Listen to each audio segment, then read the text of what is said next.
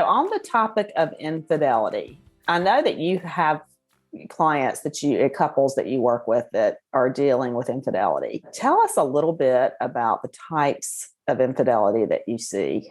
Okay. So it's really interesting.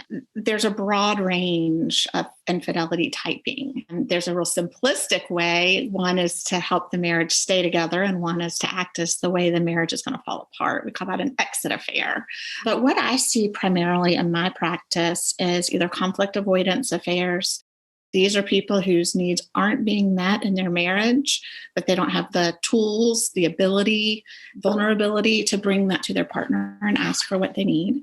There's intimacy avoiders. These are the people who can allow an affair to kind of keep emotional distance between them and their partner. This is a person we might start looking at childhood trauma and things like that. We do have, although the DSM doesn't recognize this, there is kind of this sexual addiction type of an affair. That a lot of this is what I see online, meeting people in person for sexual encounters, lots of porn potentially. So that's kind of a different type of an affair. You have like those brief affairs, the encounter that happened on a business trip or on a golf weekend or a girls' trip or something like that. And then the one that I kind of see the most in my practice is either like this existential individual affair where a person is having, like I mentioned, kind of that more midlife time frame of, am I happy? Have I succeeded in my life aside from maybe being financially successful or prosperous? It's not a lot about the marriage. It's a whole lot more about the individual. And then the bad marriage affairs. This is when marriages aren't great, but people are committed to being together because they have kids and financial responsibilities, but the people just are not happy in the relationship, and it's a symptom of that. Those are kind of the ones that I see. The bad marriage and that existential affair are the two that I see the most in my practice. Okay. Then we have the philanderers. Those are the people who are going to have repetitive affairs, maybe lack of self-esteem or something going on with them. A lot of times we would see maybe personality disorder along with that as well. I don't see that very often. Well, is the philanderer, is that similar to a sex addict, or what's the difference? That's where I actually refer when I think that there's sex addiction there's a couple of different therapists in Charlotte that I refer to. The philanderer type of an affair, I'm looking to see if there are some narcissistic traits in that individual, if it's more personality driven than affair driven. What I see with sex addicts tends to be lots and lots of kind of reaching out online. Yeah, and there's probably more of a compulsive quality to it. Yes. Whereas with the philanderer, it's more about a self-esteem kind of issue, or needing a supply of attention. Yeah. Okay. Exactly. Okay. That makes a lot of sense. Okay. And then I heard you mention exit affair, which I think that was an interesting phrase. So exit affair would be a situation where maybe somebody's not happy in the marriage and they don't know quite how to get out of it. Exactly. Okay. And I don't know that that's always a conscious experience. I think sometimes it's just like the subconscious need for attachment. And, some of the research would say that women tend to use affairs as an exit, whereas men tend to use affairs to be able to stay in their relationships. Interesting. So women might feel like they may, and let's just kind of phrase it like this, the way I've seen it, where a woman is very unhappy in her marriage.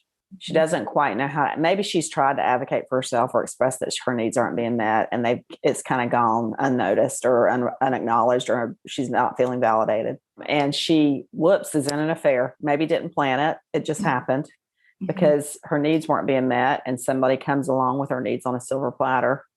And so it's off to the races, and she's in this affair. And then, okay, well, now I know what it's like to have my needs met. So I'm going to go ahead and leave my marriage. Right. So that I can be with this person. Whereas if it's the man that's involved in the affair, his needs aren't being met. Maybe he's tried to advocate for himself and it's gone unvalidated or unacknowledged. He gets into the affair and it makes his marriage more bearable. Yes. So he ends up staying in the marriage. Yes. Interesting. That is very interesting. It makes sense, doesn't it? It does. And you know, as well as I do, right? Women are primarily, what is it, 70% of the time a divorce is filed by the female in a heterosexual relationship. Mm-hmm. So, you know, women aren't staying in relationships that they're unhappy in if they don't have to. And I think what I see is that the affair sometimes is the thing that gives them the courage or the self-esteem or whatever it is that they need in order to take that kind of jump. Okay. Okay. So it's, and not to say that affairs are necessarily a healthy way to end a marriage. No. I think the underlying issue there is that she's not using her voice in a healthy and balanced way.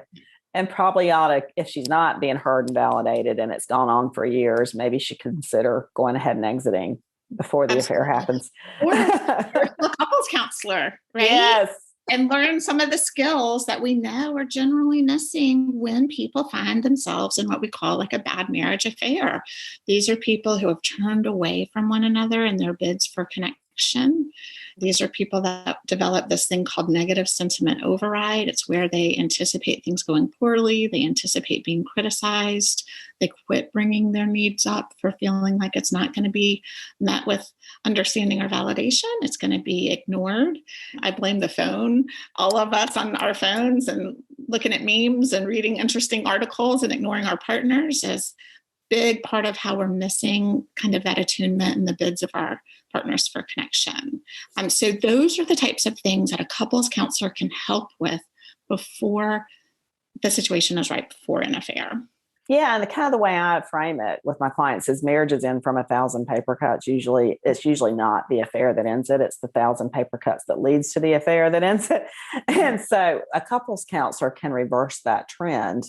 Totally. And start to heal the paper cuts and get the couple on track to where they're turning towards each other more and they're rebuilding the emotional connection and feeling closer. I think it's important to be aware of that, especially when it comes to affair recovery, which we're going to talk about in just a minute. So, okay. So we've covered the bad marriage affair. We've covered the exit affair. And then I think we talked a little bit about the philanderer. Yes. And the sex addict. Yep. And then we've got that existential individual affair. Typical affair like this would be somebody who has denied their own needs for a very long time. I think of this as someone who's just been such a provider for their family. It's like you put horse blinders on and you just had this goal of providing financially for these people that you love so much. And then one day you looked up and you have it all, the house and the car and the schools and all the things, but you're not happy. And so that's so confusing. And that's kind of this existential crisis of, wait a minute, what are my needs? They've long time been ignored by him or her or both of them. And a lot of times, again, in my practice, I see a lot of men in this scenario, women in this scenario too. They find themselves feeling a connection with somebody and it feels really good because they've ignored kind of that emotional experience of their life for so long. It's very confusing. It's not with their partner. It is with somebody outside of their marriage. And generally the guys that I see that find themselves in this position are awesome guys. They're super confused. Yes. Depression. It doesn't make sense to them. They've never, ever been the kind of guy that's going to have an affair. And so those affairs to me are some of the easier ones if we're going to stay in the marriage.